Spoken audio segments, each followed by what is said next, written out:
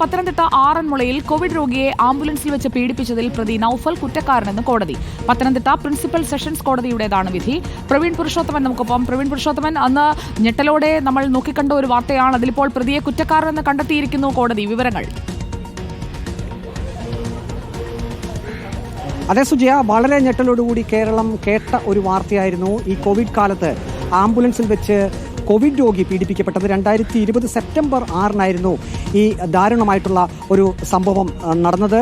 അന്ന് ഈ പെൺകുട്ടിയെ പീഡിപ്പിച്ച ശേഷം ആംബുലൻസിനുള്ളിൽ വെച്ച് ഈ പ്രതി ക്ഷമാപണം നടത്തുന്ന ഓഡിയോ സന്ദേശം പുറത്തു വന്നിരുന്നു. അത് കോടതിയിൽ തെളിവായി ഹാജരാക്കപ്പെടുകയും ചെയ്തിരുന്നു. ഏതായാലും ഈ കേസിന്റെ വിചാരണ നടന്നുകൊണ്ടിരിക്കുകയായിരുന്നു. ഇപ്പോൾ അല്പസമയം മുമ്പ് പത്തനംതിട്ട പ്രിൻസിപ്പൽ സെഷൻസ് കോടതി ഈ പ്രതി നൌഫൽ കുറ്റക്കാരനാണെന്ന് കണ്ടെത്തിയിരിക്കുന്നു. അന്ന് ഒരു ബന്ധുവിന്റെ വീട്ടിൽ നിന്നും കോവിഡ് ബാധയുണ്ടെന്ന് സംശയത്തെ തുടർന്ന് കോവിഡ് സെന്ററിലേക്ക് മാറ്റുകയായിരുന്നു. അങ്ങനെയാണ് ആംബുലൻസിൽ കൊണ്ടുപോയത്. പക്ഷേ ഈ കോവിഡ് സെന്ററിലേക്ക് പോകുന്ന റൂട്ട് മാറ്റി ഈ പ്രതി നൌഫൽ മറ്റൊരു സ്ഥലത്തു കൂടി ആംബുലൻസ് ഓടിക്കുകയായിരുന്നു. അങ്ങനെയാണ് ആറന്മുള എന്ന സ്ഥലത്തേക്ക് ആ സമയത്ത് രാത്രി ആംബുലൻസ് എത്തിയത്. യഥാർത്ഥത്തിൽ കോവിഡ് സെന്ററിലേക്ക് പോകേണ്ട വഴി ആറന്മുള ആയിരുന്നില്ല.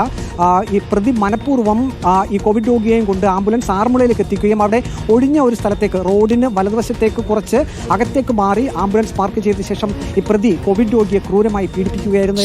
ആംബുലൻസിൽ കോവിഡ് രോഗി പീഡനത്തിനിരയായ കേസിൽ പ്രതി കുറ്റക്കാരനെന്ന് കോടതി വിധിച്ചിരിക്കുകയാണ്. പ്രവീണാണ് വിവരങ്ങൾ നൽകിയത്.